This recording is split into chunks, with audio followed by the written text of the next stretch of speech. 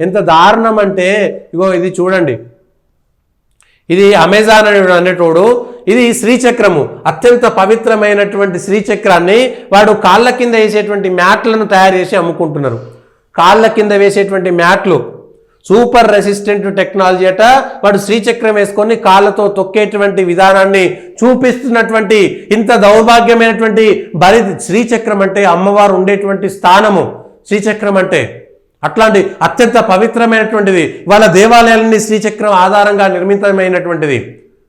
శ్రీచక్రం అంటే వాళ్ళ సెల్ ఫోన్లు టెలిఫోన్లు ఏముంటాయి కదా, రాగి రేకులో శ్రీచక్రాన్ని పెట్టి అనేకమైనటువంటి విధాలుగా అత్యంత వైజ్ఞానికమైనటువంటిది శ్రీచక్రము. అట్లాంటి శ్రీచక్రం ఇవాళ ఇంత దారుణంగా చేస్తుంటే కాళ్ళ కింద వేసుకునేటువంటి మ్యాట్లలో వాడు రాస్తాడు, bath mat for bathroom, Sriyantra Srichakra from mystical diagram, Shri Vidya school, Hindu tantra symbols sacred, geometry design, extremely alchemy, ఇది non slip bathroom decor mat rug అని వాడు ఎంత ధైర్యంగా రాస్తాడు. ఇవాళ ఇగో ఇది జరుగుతున్నది. ఇదే ఇతర మతాలకు జరుగుంటే ప్రపంచమంతా ఇవాళ చిచ్చు పెట్టేటువంటి వాళ్ళు తగలబడిపోయేది, ప్రపంచమంతా తగలబడిపోయేది.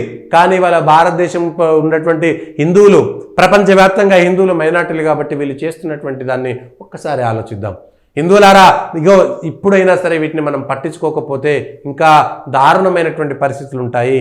భవిష్యత్తులో మనం ఏమీ చేయలేనటువంటి పరిస్థితుల్లో ఉంటాము. ఒక్కసారి ఆలోచన చేయాల్సినటువంటి అవసరం ఉంది. దయచేసి అందరూ విజయవాడలో జరిగినటువంటి ఐందవ శంకరామ ఒక రోజు సభ కాదు, మళ్ళీ ఇంకొక రాష్ట్రంలో జరిగేంత వరకు ఆ పోరాటము, ఏ దేవాలయాలైతే కబంధ హస్తాల నుంచి విముక్తి పొందాలనో, దేవాలయాల భూములకు సంబంధించో, హిందువుల హక్కులకు సంబంధించినటువంటిదో, మైనార్టీ అపీజ్మెంట్ రాజకీయాలు చేస్తున్నటువంటి రాజకీయ నాయకుల కళ్ళు తెరిపించి బుద్ధి తెచ్చేటువంటి విధంగా హిందువులంతా ఐక్యంగా ఉంటే ఇవాళ ఈ దేశంలో బాగుపడేటువంటి పరిస్థితి వస్తుందనేటువంటి విషయాలను ఒకసారి అర్థం చేసుకోవాలి. ఒకడేమో ఇద్దరు పిల్లలనే కానీ తన యొక్క మొత్తం జాతి నాశనం అయిపోతుంటే, ఒకడేమో డజన్ మంది పిల్లల్ని కానీ వాడి జాతిని పెంచుకుంటూ పోతూ ఈ దేశంలో డెమోగ్రఫీ చేంజ్ మారిపోతున్నది. ప్రభుత్వ భూములన్నింటిలో కూడా ఇష్టానుసారంగా చర్చి కట్టడానికి, మసీదులు కట్టడానికి ఏమో ప్రభుత్వ సొమ్ము ఇస్తారు, కానీ హిందూ దేవాలయాల నుంచి మాత్రం సొమ్ము ఎత్తుకుపోతుంటారు. ఇట్లా మనం ఒకటి కాదు ఒక 200 ఎగ్జాంపుల్ చెప్పగలుగుతాం మనం ఇట్లా.